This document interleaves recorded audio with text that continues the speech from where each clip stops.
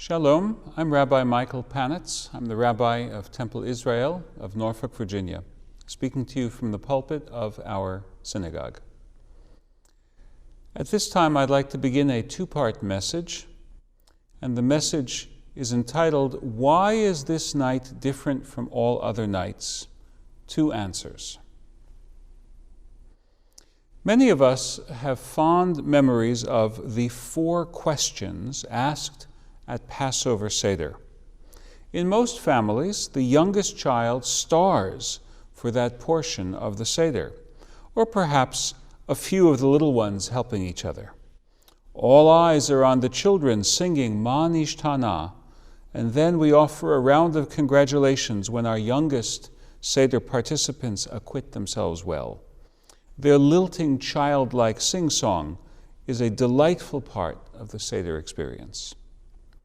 Likewise, most of us know that the next paragraph of the Haggadah is an answer to the question, why do we make changes on Passover from the nightly supper ritual? Why the matzah instead of leavened bread?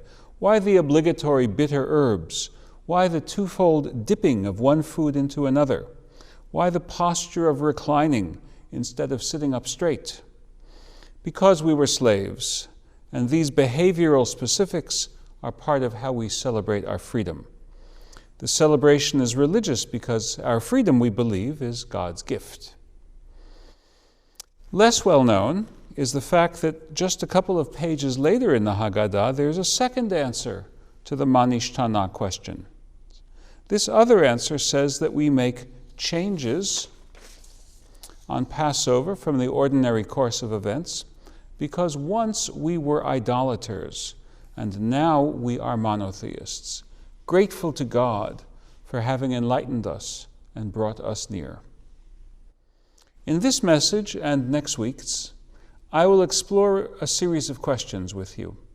This week, we will establish the basic frame of knowledge that will enable us to understand the Passover Seder as a whole. Next week, we will focus on the questions of Ma Nishtana and the 2 sets of answers to them. First things first, the Passover Seder is not a biblical institution. In Bible times, the people were commanded to make a pilgrimage to Jerusalem, pitch a tent in the environs of the city, enjoy the sacrificial meal that had been prepared by the priests of the temple, and then go home the next day. Quoting from the book of Deuteronomy, chapter 16, verses 5 through 7. You must not sacrifice the Passover in any town the Lord your God gives you, except in the place God will choose as a dwelling for God's name.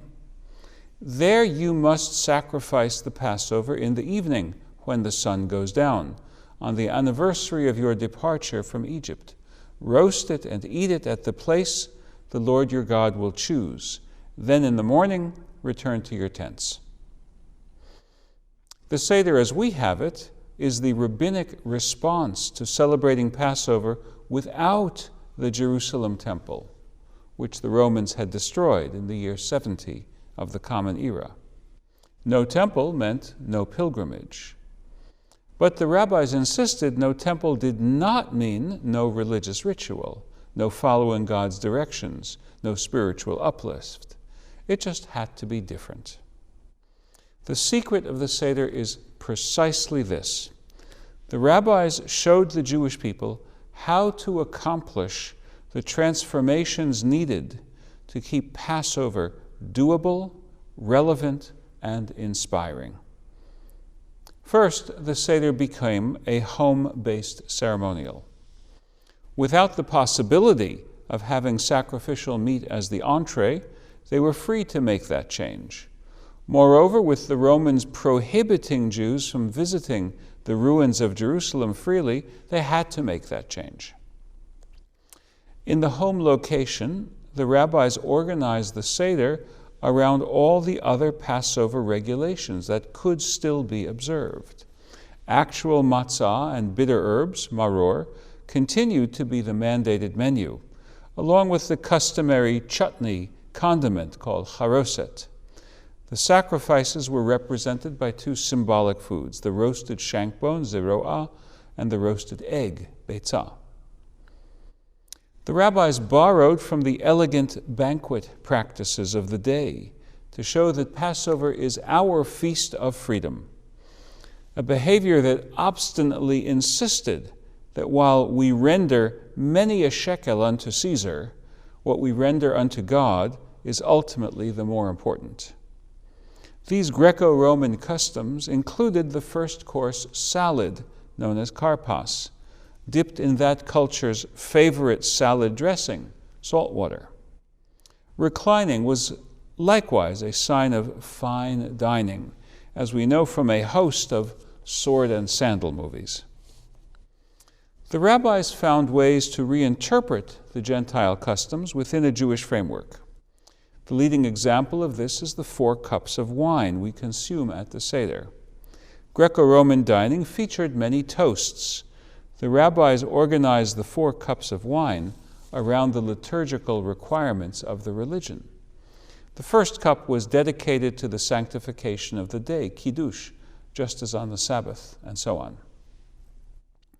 In this framework, the questions and answers of the Haggadah also emerge as a rabbinic way of salvaging a biblical mandate and making it part of the Seder.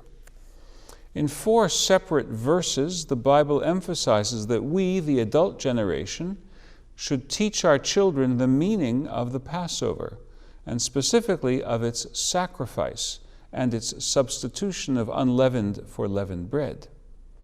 At the very beginning of the recitation, the rabbis established their basic rule: mitzvah lesaper b'tziat Mitzrayim. It is a commandment to tell the story of the Exodus from Egypt.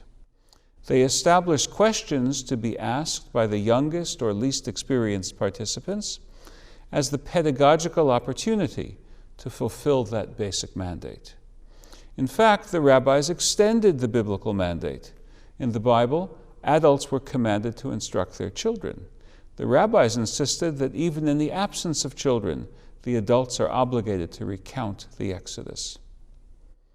Not only did the rabbis envision questions and answers as a necessary part of the Passover Seder experience, they also regulated the shape of the answer. It was supposed to begin with the quote-unquote shameful and conclude with words of praise. The classic rabbinic source teaching this requirement is found in the chapter of the Mishnah detailing the rabbinic Seder. Quote, "The attendants poured the second cup for the leader of the Seder, and here the son asks his father the questions about the differences between Passover night and a regular night. And if the son does not have the intelligence to ask questions on his own, his father teaches him the questions. And according to the intelligence and the ability of the son, his father teaches him about the Exodus." When teaching his son about the Exodus, his father begins with the Jewish people's disgrace and concludes with their glory. All this is from the Mishnah, Tractate Pesachim, chapter 10, Mishnah 4. Later generations of rabbis exemplified what the requirement, begin with the Jewish people's disgrace and conclude with their glory, could mean. And that is what gets us to the 2 answers to the 4 questions. Stay tuned. Shavua Tov, a good week to all.